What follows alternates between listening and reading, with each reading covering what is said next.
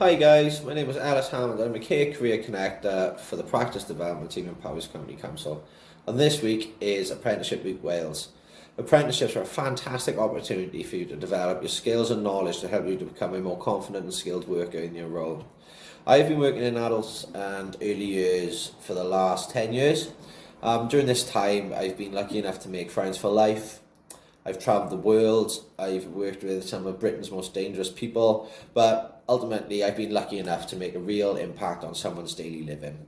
I've been able to help people achieve things they never thought were possible, from skiing in the French Alps to riding a bike.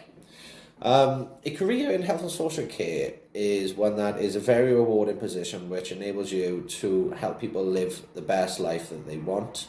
And it is also a fantastic opportunity to develop yourself into higher education and further your career.